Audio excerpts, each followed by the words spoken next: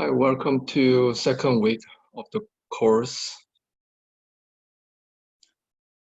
Today we're going to start the session for our teaching of the history of Buddhism.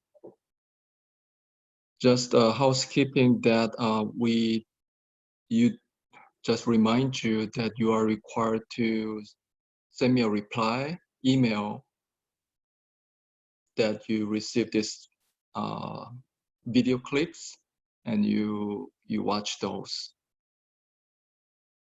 And I consider that as assignment for each week. And anything that is needed, I will let you know at the beginning, so you can follow the instruction easily. So this is a very new to me, new technology that we have to use it in this new era, the so-called post-COVID-19 era. So everything should be changed from now on. We're more geared towards to the using those online technology to adapt our distances, I would say. So this is a very interesting time that we can discuss about Buddhism.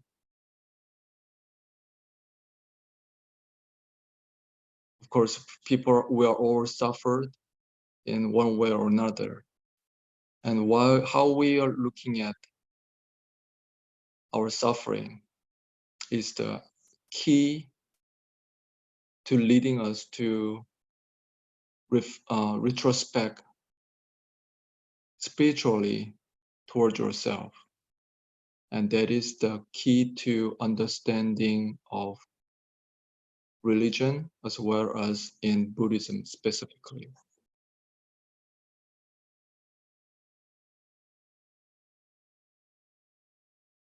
Let me just briefly introduce myself, because maybe the half of you guys are new. Just by looking at your name, I recognize many old friends, many old classmates that joined this course again, but there's some new students. So just introduce myself again. My name is Hee-Jong-Yu, Dr. Hee-Jong-Yu. I had a PhD in religious studies in University of the West in California, in Los Angeles area in 2015. My background is I'm born as a Korean, raised in Korea until 13 years old, and I made a move to Taiwan for 6 years, study Buddhism. I stay in the Buddhist temple there and going through high school and Merrill Buddhist College. I live with live with the monks and nuns, a huge temple in Kaohsiung, Taiwan. So I do have some seminary experience as well as how to live like a monks and nuns, even though I didn't shave my head and become a monk later on. I came to United States to continue my degree, pursuing my degree in religious studies in Buddhism. Got a master's and later on doctorate degree in Buddhism, which specializes in Indian philosophy in 2nd century CE, a philosopher called Nagarjuna. So my major background is to study Nagarjuna's philosophy in Buddhism. Also, I served in the military in United States Air Force for 20 some years. This is actually my 21st year. And my job in the military, interestingly, is relating with the religion right now, because I'm not before, but right now I'm what they call is religious affairs or chaplain assistant. So I do work with chaplains. I'm supporting them to do counseling and as well as do some services, religious services. So right now I'm working with a chaplain who is a Catholic priest. It's a father of from Catholic Church, and I'm working with him as a team. Even though I'm a Buddhist, so it's very interesting dynamic. Because of this COVID-19 outbreak,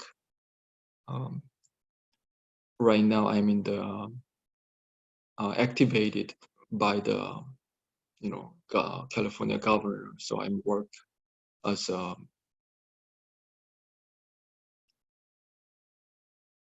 chaplain assistant during the daytime.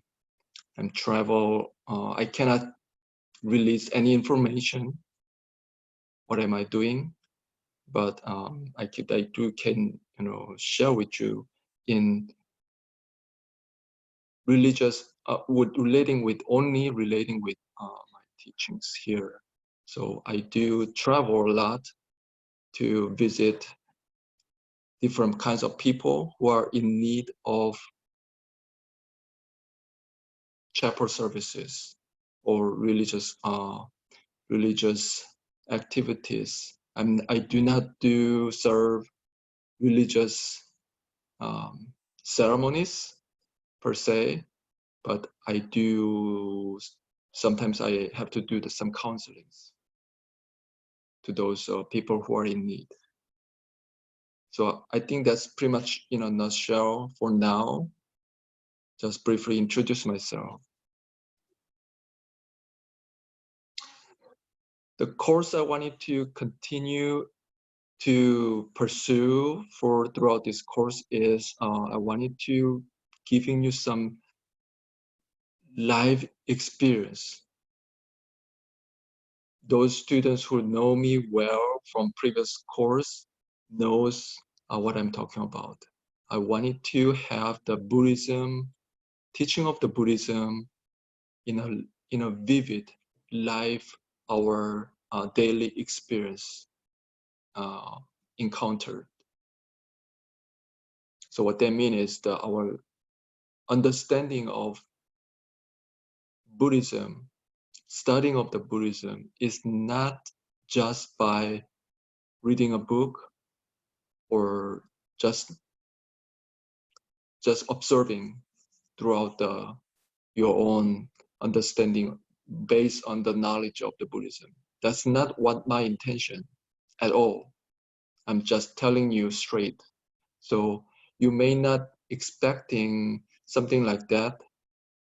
That could be, I could provide some other information by email if you are interested in specific subject.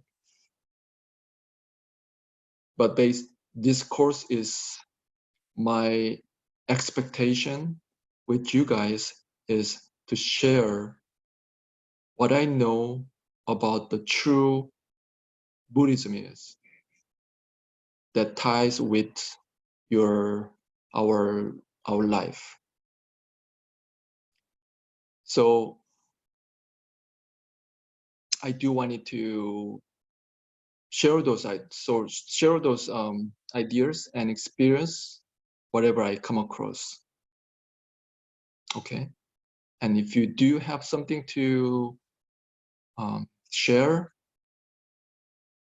you're all welcome to share with me or question me so we can interact each other. That could be a very idea. And I do encourage all the students, give me a feedback, even though I'm not, with you, physically. So you may not feel that way. Hopefully our this experiment throughout the online still give you some interaction that you can learn by instructor and the tutor or mentor to tutor experience. So that's what we call in Buddhism, if you may heard about in Zen Buddhism, the master, I'm not saying I'm a master, but in Zen Buddhism, typically a teacher and the student or the mentor and mentee, they are interacted each other to get the true meaning of the Dharma. Dharma means the teaching. So succession of the true Dharma is only done by verbal communication, by heart, one heart to another heart. And that's the only way they recognize it as a passing the wisdom from one to another.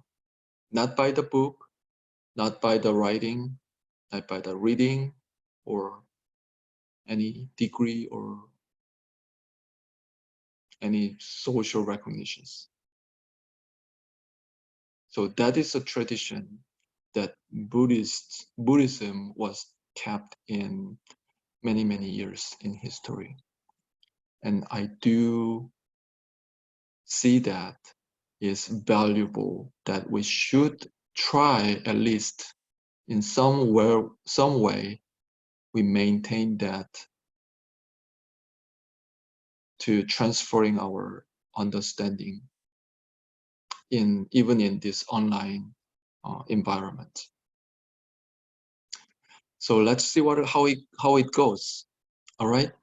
I'm going to may need to stop once in a while because I'm still kind of testing this video recording. So I'm going to sometimes stop in one point and reconnect. So when you receive the email, we're going to just continuously follow through the video clips by order.